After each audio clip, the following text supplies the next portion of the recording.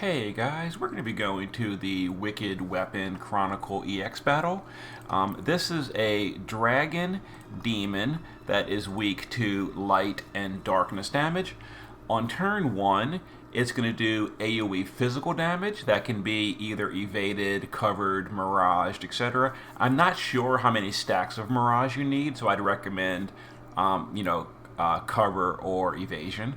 On turn 2, it's going to do single target gravity damage that'll never kill you unless you're at 1 HP. On turn 3, it'll do AoE magic damage, which you can cover if you want to. And then hopefully you kill it by turn 4 for an all mission clear, because the missions are 4 turns or less, party of 4 or less, and no KOs. And we're going to be doing 2 different clears. We're going to start with Olivera for 1 clear, and then we'll do an even more overpowered clear with Esther. So let's go in here and do 2 quick clears, and I'll show you, some examples. So there's a field that boosts LB damage when you come in here, 300%. So you really want to use LB damage dealers if possible. Okay, so to start off, Kryla is going to just do Calamity Concoction. That's going to do a break and a Dark Imperil. Galoof will cover physical on turn 1. And, what's this guy's name? Bulwark will do Instrument Imperil, which is Bulwark's Blair. And then we'll do the shifted LB of Olivera and Rivera. It's not amplified yet, etc. So a little bit lowish damage, but there you go. LBs are just really high damage on this fight, as you can see. Okay, next up we're going to shift Kryla, and we'll just do the Twilight Pact on Olivera. We'll have Galoof and trust Olivera the rest of the way. We're going to shift Bulwark here, and we're going to do his Demon Killer buff, which is Bergamot's Ballad. And we'll go ahead and use Olivera's LB again. So this turn, we covered the physical on turn 1 with Galoof. Turn 2, we're going to have some single target gravity damage. You don't have to provoke it if you don't want to, because it won't kill you as long as you're above 1 HP. I think Galoof is passive provoking, so that's fine. And now we're going to go ahead and just entrust again, and Olivera can LB again. So there's a turn 3 clear. Because we didn't ever see turn 3 from the boss, we don't need magic cover or anything. So there you go. Also, I should mention, you can't break the boss's attack and magic, only defense and spirit.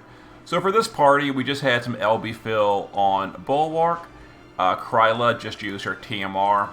Galoof is just evade covering with some LB fill so that we can entrust. I gave him Dark Resist. I don't think that matters, so completely ignore that.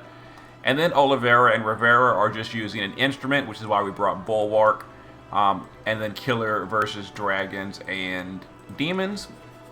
So maxed LB, 200 Dragon, 250 Demon. And there you go. 3 turn, easy clear with Olivera. Let's go in here and do it again with Esther, which will be an even easier clear. So let's do another clear real quick. And here's an Esther clear. Like Esther, obviously, a premium unit, not to mention a global exclusive unit. She's very, very powerful. So that's all we need is a single Esther.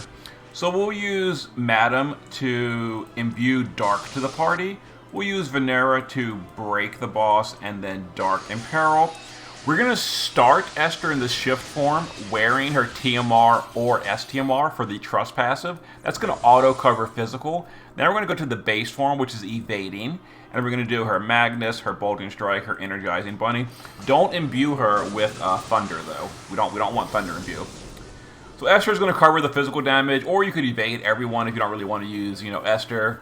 Or, cover it with someone else, etc. Just deal with the physical damage some kind of way. So Venera will use the Extreme Nova frames with Esther. And we'll go ahead and chain this up. Probably not going to kill the boss depending on variance. We may not. Probably not. Yeah, I didn't think so. That's fine. Adele can use her Magnus to refill Esther. And we'll just use the LB again a second time. Also, keep in mind, I'm only using 3 units here. The last party slot is completely empty. You could use like a big dark field or a bigger dark amplify, etc. to get it done. But this handles it. So there we go. Second LB with Esther and done. So I'll show you the gear real quick. Adele, completely naked. Venera is just using Lightning Fast Legend. Now, she's only here for the 90 break as well as the Dark Imperil. If you don't have Venera, any of the 90 breakers are fine. Shift Form Esther, we start in the Shift for the auto physical cover, just using her Trust passive. Base form is LB damage versus dragons and demons, and full evasion. I'm pretty sure she's maxed on everything. And if you can't gear your Esther in full evasion while being maxed on dragon and demon, yeah, maxed on everything. Again, you can use a physical tank. You can use someone else. I'm gonna go ahead and lock in this clear to get my tickets or whatever. So there's not much else going on this week. So if you need, more assistance with this boss, let me know in the comments. I can go back and run like more budget versions. Like this was obviously certainly not a budget clear, it's just like a whatever clear. Yeah, but if you're having problems with the boss, let me know. And I will point out for those of you that already did Clash of Wills last week, in case you don't go back to Clash of Wills, Gumi has a sense of humor. And so because tomorrow is April Fool's, I guess Clash of Wills, if you want to check out Aldaba, Aldaba has changed for April Fool's. Check out his model. He is a little cute, googly-eyed dragon at this point. So Aldaba has changed his form to his baby form. Unfortunately, as far as I'm aware from talking to other people, he is still the same fight. So he's still going to chromatic wave you into the grave. But he'll look cuter while doing it. There. It's hilarious. I love it. I love it. Anyway, so there is my stuff for today. Don't forget the Shard Dungeon, and good luck to the rest of you.